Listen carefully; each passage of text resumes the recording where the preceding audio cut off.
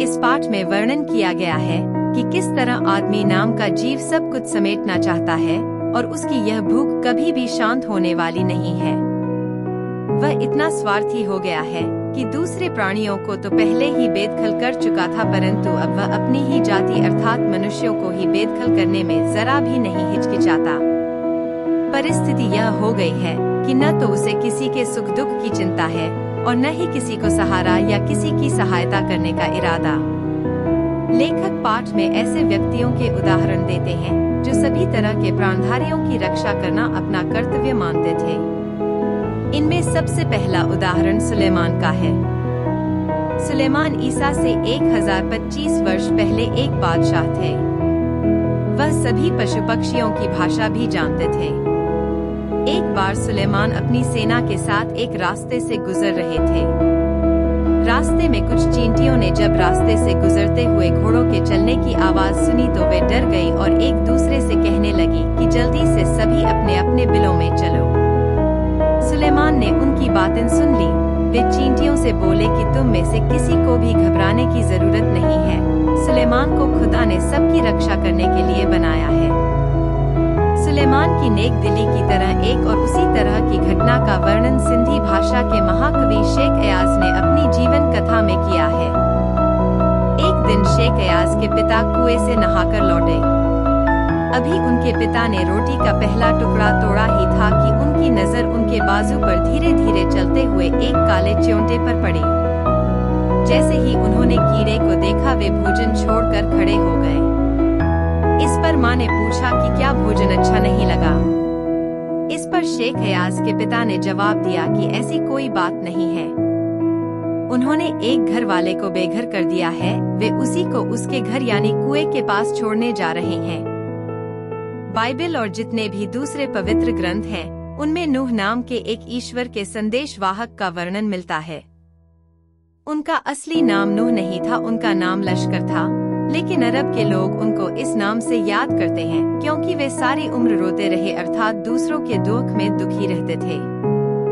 लेखक कहता है कि जब पृथ्वी अस्तित्व में आई थी उस समय पूरा संसार एक परिवार की तरह रहा करता था, लेकिन अब इसके टुकड़े हो गए हैं और सभी एक दूसरे से दूर हो गए हैं। वातावरण में इतना अधिक बदलाव हो गया है कि गर्मी में बहुत अधिक गर्मी पड़ती है, बरसात का कोई निश्चित समय नहीं रह गया है। भूकंप, सैलाब, तूफान और रोज कोई नई बीमारियां न जाने और क्या क्या, ये सब मानव द्वारा किए गए प्रकृति के साथ छेड़छाड़ का नतीजा है। कहा जाता है कि जो जितना बड़ा होता है उसको गुस्सा उतना ही कम आता है, परंतु जब आता है तो उनके गुस्से को कोई शांत नहीं कर सकता।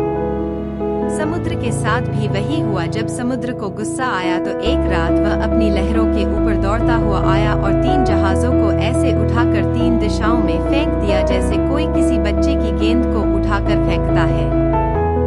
लेखक कहता है कि बचपन में उनकी माँ हमेशा कहती थी कि शाम के समय पेड़ों से पत्ते नहीं तोड़ने चाहिए, क्योंकि उस समय यदि पत्ते तोड़ोगे तो पेड़ रोते हैं।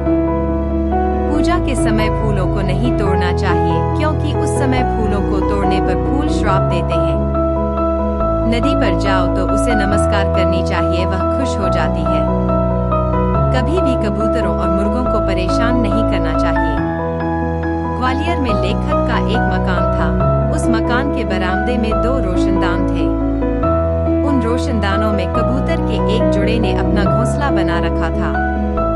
बिल्ली ने जब कबूतर के एक अंडे को तोड़ दिया तो लेखक की मां ने स्टूल पर चढ़कर दूसरे अंडे को बचाने की कोशिश की, परंतु इस कोशिश में दूसरा अंडा लेखक की मां के हाथ से छूट गया और टूट गया।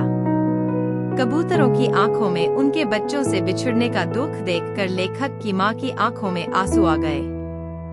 इस पाप को खुदा से माफ कराने के लिए लेखक की मां ने पूरे दिन का उपवास रखा। अब लेखक समय के साथ मनुष्यों की बदलती भावनाओं के लिए एक उदाहरण देते हैं। 2 कबूतरों ने लेखक के फ्लैट में एक ऊंचे स्थान पर अपने घोंसला बना रखा था। उनके बच्चे अभी छोटे थे।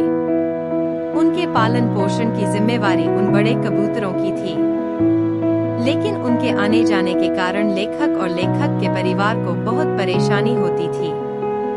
कभी कबूतर किसी चीज से टकरा जाते थे और चीजों को गिराकर तोड़ देते थे। कबूतरों के बार बार आने जाने और चीजों को तोड़ने से परेशान होकर लेखक की पत्नी ने जहां कबूतरों का घर था वहां जाली लगा दी थी।